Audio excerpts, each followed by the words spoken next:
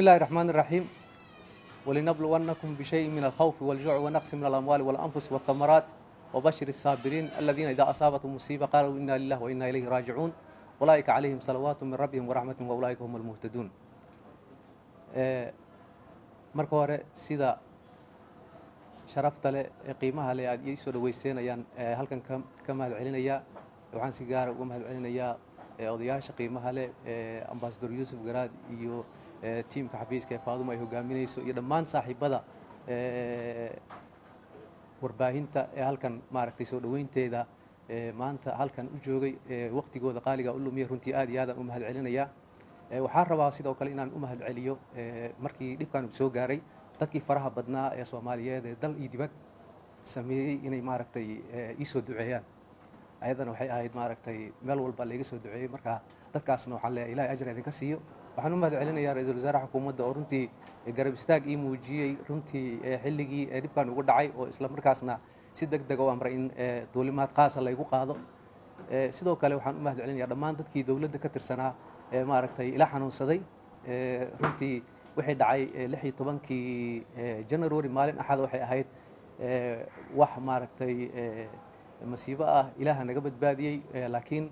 qulan yusiibana ilaa ma kataballahu lana waxaan maaragtay xagga eeba kaaga qornay kuma dhici karaan marka qadarta Alle ahayd waana ku qanacsanahay waxaan rajaynaynaa in Ilaahay uu iga dhigo maaragtay dambi dhaaf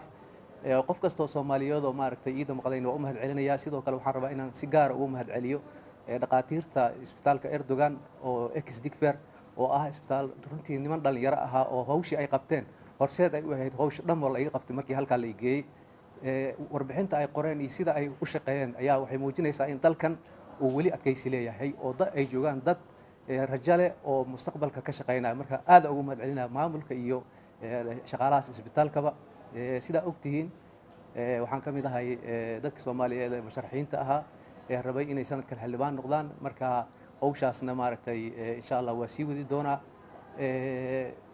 waxaan ahaa qof Soomaaliyeed oo dalka ka soo shaqeeyay muddo dheer waxaan ka soo shaqeeyay dhalinyarada iyo isboortiga waxaan ka shaqeeyay caafimaadka waxaan ka soo shaqeeyay muddo dheer saxaafadda marka maadaama aan waqti dheer Soomaaliya xogaal u ahay waxaan rajaynayaa beesha aan maaragtay kursigeeda rabo inaan ku matalo iyo sidoo kale maamulka Hirshabeellaba inay fursad ii sii doonaan inaan dalka u adeego. insha Allah ta'ala waxaan Ilaahay ka baryayaa in dalkeena uu nabad ka dhigo Soomaaliyana ay maaragtay nabad noqoto. qof kasta oo maaragtay maanta soo dhaweeyay iyo kii qalbigayga soo dhaweeyay dhamaantiin waxaan leeyahay aad iyo aad u mahadsantihiin. Assalaamu calaykum waraxmatullaahi wabarakaatuh.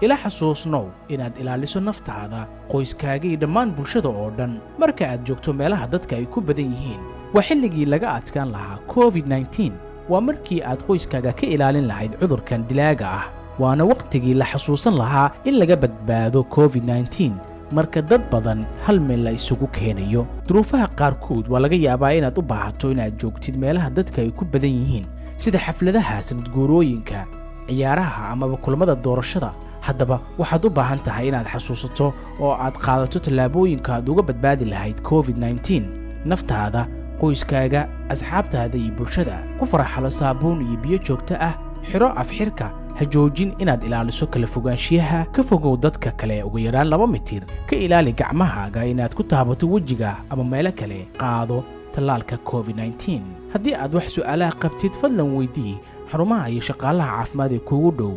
soo gudbinta fariintan waxaa iska kaashaday wasaaradda caafimaadka Soomaaliya iyo hay'adda UNICEF.